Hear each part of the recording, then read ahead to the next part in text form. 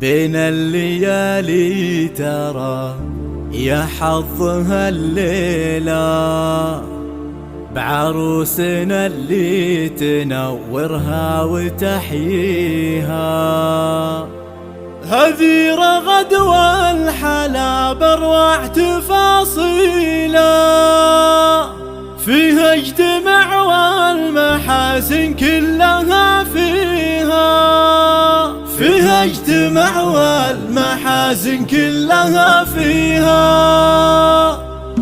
بين الليالي ترى يا حظها الليلة بعروسنا اللي تنورها وتحياها. هذه رغد والحلا بروع تفاصيله فيها اجتمع والمحاسن كلها فيها. سلطانة الذوق واجمل بنت في العيلة رغد وكل المدايح ما توفيها. يا الذوق ما ودك احد بعده يشيله من زاد ما هو اكتمل فيها وماليها. تستاهل المدح والتبجيل والشيله هالمترفة في معانيها وتجليها. رغد تقول الغلا في انها مرسله تاج الادب زادها فخر ومعليها. ابوها محمد تفرد في مراجيله رمز الكرم والشهامة عشراعيها. تشهد فعوله وتشهد له مداهيله ابو فهد كل عليه ويعاليها. قدر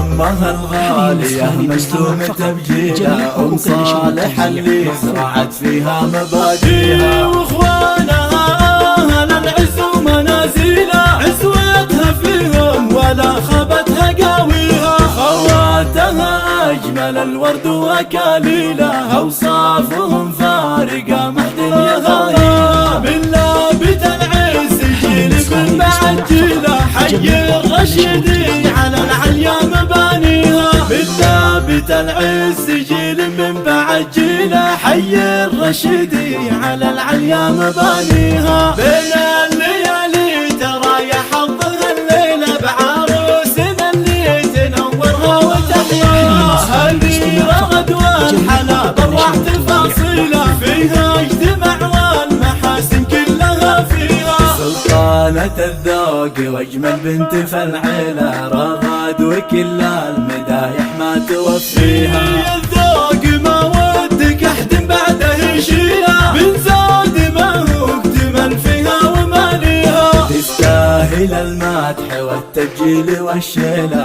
هالمترفة في معانيها وتجليها. رغد تقول الغلا فيها انها مرسله تاج الادب زادها فخر ومعليها. ابوها محمد تفرد في مراجيله رمز الكرم والشهامة عشراعيها. تشهد فعوله وتشهد له مداهيله ابو فهد كل عليه ويعاليها. قدر امها الغاليه مهزوم تبجيله ام صالح اللي زرعت فيها مبادئها. واخوانها اهل العز ومنازيله عزوتها فيهم ولا خابتها قاويها. خواتها اجمل الورد واكاليله اوصافهم فارقه محد يغايها. من لابت العز جيل من بعد جيله حي الرشيدي على العليا مبانيها. من لابت العز جيل من بعد جيله حي الرشيدي على العليا مبانيها.